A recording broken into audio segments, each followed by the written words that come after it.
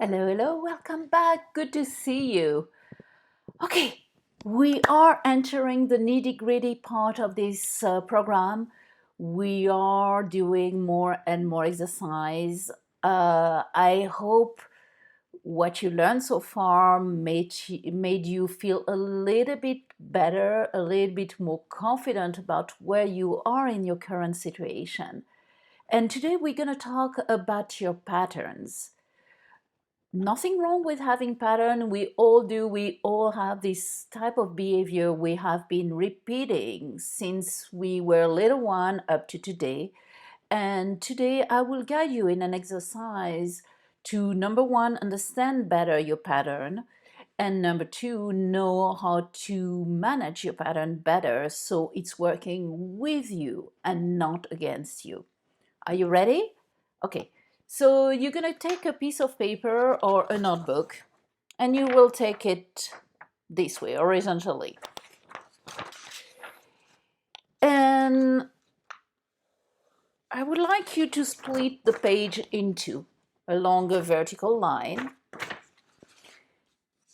And on the left side of this page, I would like you to go back into your past and think about the most difficult time that you have experienced so far.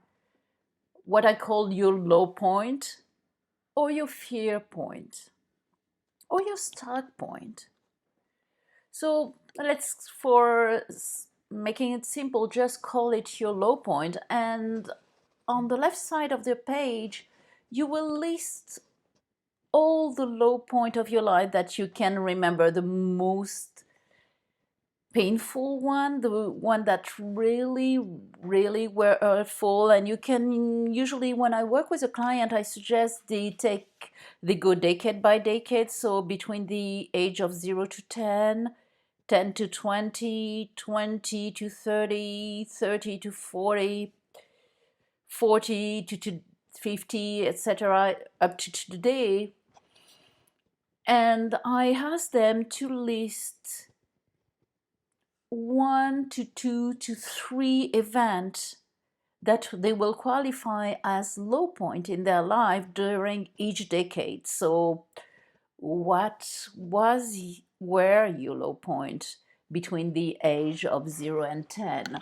Is it your parents getting divorced? Is it mom criticizing you? Is it one of your parents who was absent for some reason? Is it other kids making fun of you at school?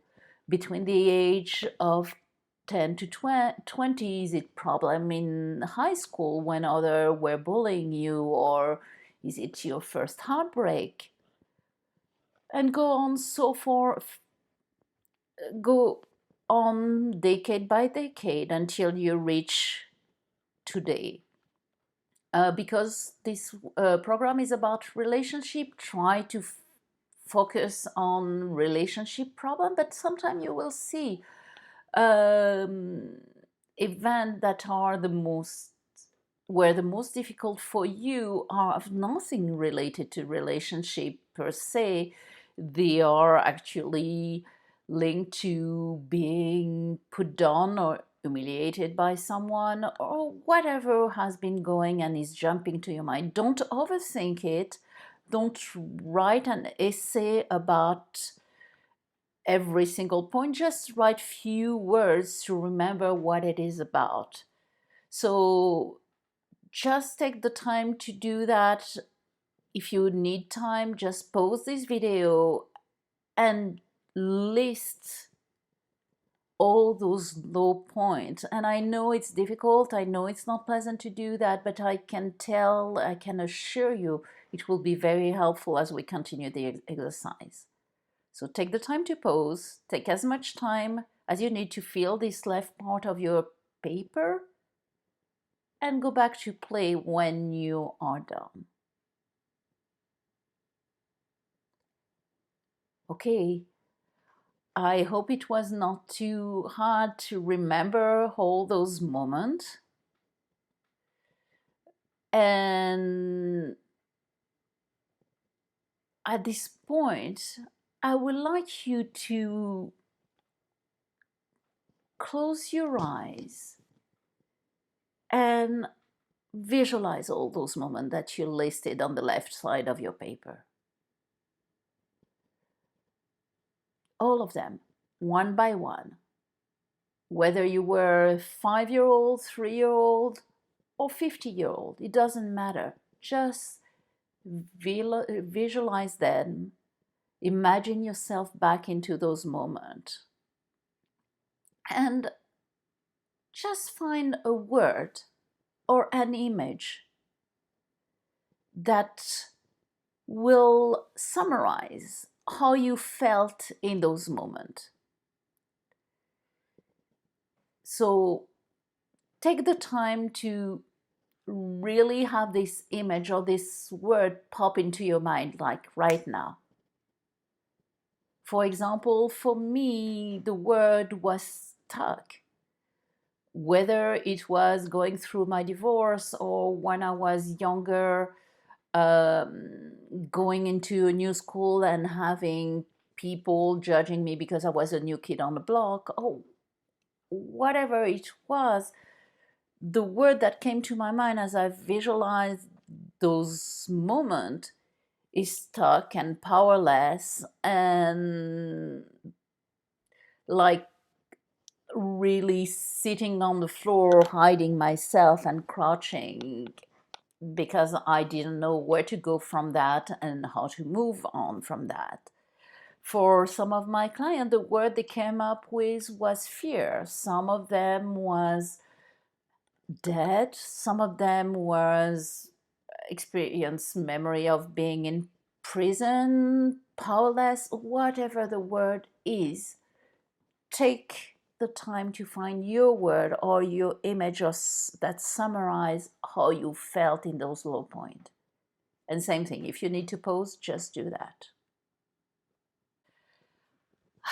Thank you for your courage in doing the most painful part of this exercise. We're going to go to something a little bit more pleasant. If you're still carrying the energy of those challenging moments, just shake it out or go back to your logical mind. And the easiest way to do that is by looking around you and finding something that is of color red, then something that is around you that is a color green, something that is blue, and something that is yellow.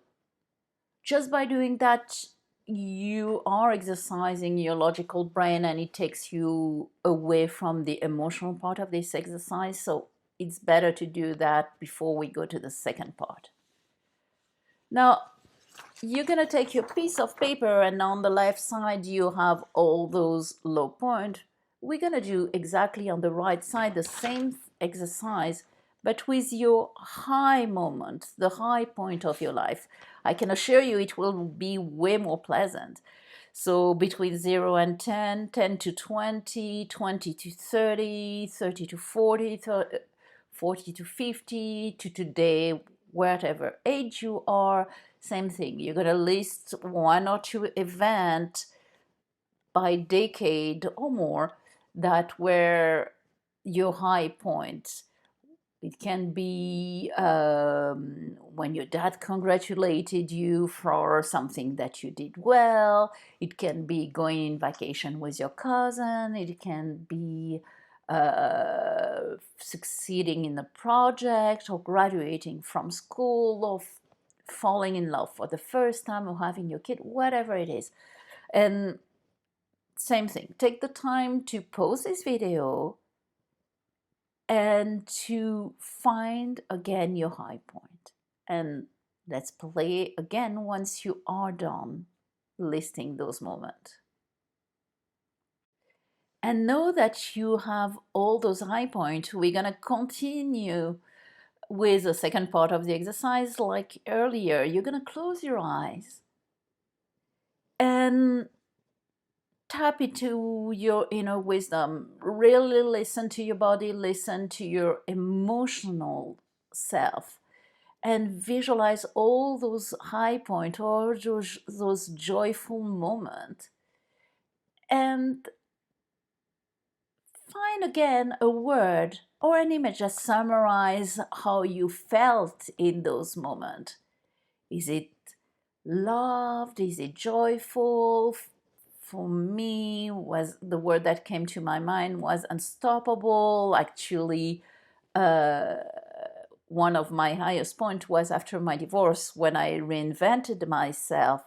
And in the first year after the divorce, I actually became a coach, I became a hypnotherapist, I learned all the tools that I'm using with you today. I also got the opportunity to create my company, Fabulous, help many more clients, and wrote a couple of books. So literally, I was unstoppable in those moments, and I still have this unstoppable moment coming up again and again in my life. But find your word. What is it? Is it joy? Is it love? Is it excited? Is it alive?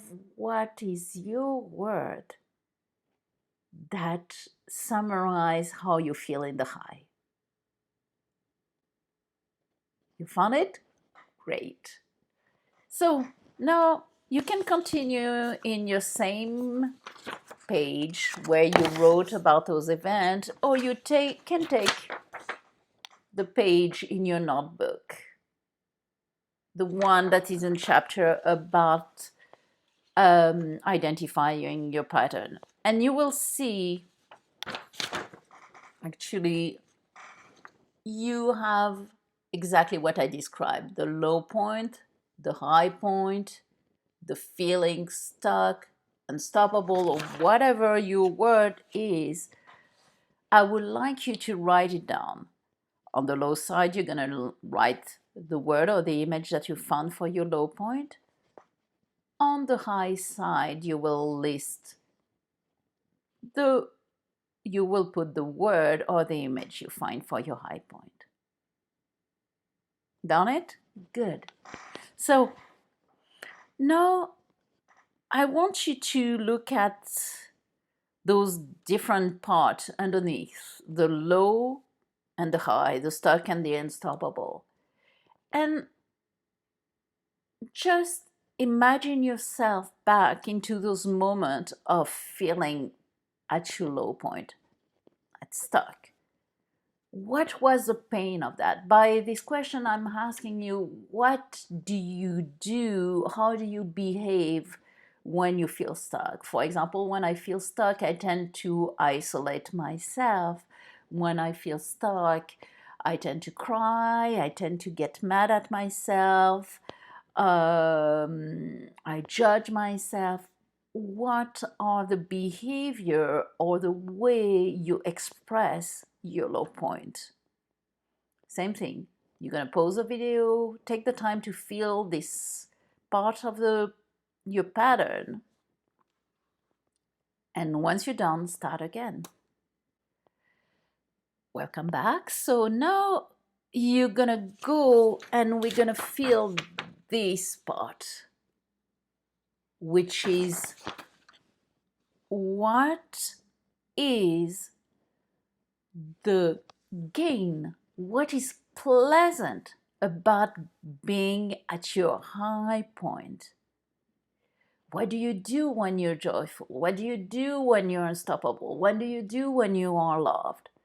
Is it that you are moving more? Is it that you are creating more? Are you connecting more with people? Are you actually creating more overall? What do you do? Same thing. Take the time to fill it up, find the word, find the behavior, pause if you need to, and come back to this video when you have all the gain. Did you find it? Good. So, next step. And now we're going into the most difficult part of the exercise. You're gonna go into this cell, the one that says pain and high. So I want you to reflect on what is the pain of being at your high point. Once again, I'm going to give you an example of when I am at the level of feeling unstoppable. I tend to create a lot. I tend to create program. I tend to write book. I give a lot of talk, which is amazing. But sometimes I go to the point of exhaustion or pushing myself too much, and it creates problems. What do you do that is causing pain when you are at your high? Is it that you are overwhelming yourself? Is it that you are super happy but you are afraid it won't last? What is it? Pause if needed and come back when you're ready. Okay? Now, the most difficult part for a lot of my clients is to identify why do they gain from being at their low point. Most of them tell me, I have nothing to gain from being at my low point. I feel sad, I feel miserable. Why would you imagine me having to gain from that? But at the same time, once we start reflecting on it, a lot of them realize that it is when they are at their lowest that they are working on themselves, that they are pushing themselves to move on, that they go to the next step. Also, quite often, the lows are something that they are familiar with, and it consciously or unconsciously, it feels safe for them to go to that level. It's also sometimes a place where, because they are isolated and they are isolating themselves, they feel safer. So think about it. What do you gain from being at your low? Is it that people take better care of you, or is it that you take better care of yourself, etc., etc.? And take the time to identify what you gain. Okay. And pause if needed. Okay, now you filled up the whole board. And I can tell you this exercise is so important. It has been life-changing for many, many of my clients. So I'm excited to share it with you because whatever your low point is, there's nothing wrong when you are at your low point. There's actually something that is desirable from being at your low point. You can see it by identifying the gain of it. And there's something that is preventing you from staying at your high point, whether it's because it's overwhelming or exhausting, or you can't believe it's gonna stay. You are keeping yourself safe from the high point by stopping it. So just identifying it in itself is going to be essential as we continue the program. Also, it's important to identify some tool that you are using already today to go from your low to your high. What are the tools that you know are working for you?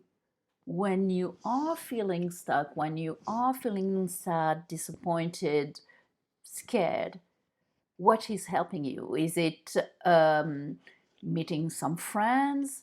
Is it going to walk in nature? Is it to exercise? Find your tool that you are already aware of and start using them more and more today.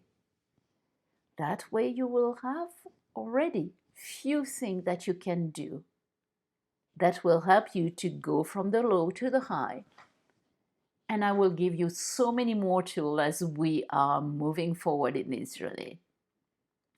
Okay, it was a very, very important exercise. So if you need to go back to the video and watch it again, do it. If you have any question, don't hesitate to go on the Facebook group. I will be here to answer you. and to answer every single one of your questions. And if you needed to be guided through it with my help, don't hesitate to reach out. Look forward to seeing you in the next chapter, which is going to be extremely important because it will be about listening to your body, something that we did a little bit in this exercise, but we're going to do even more of it. Bye.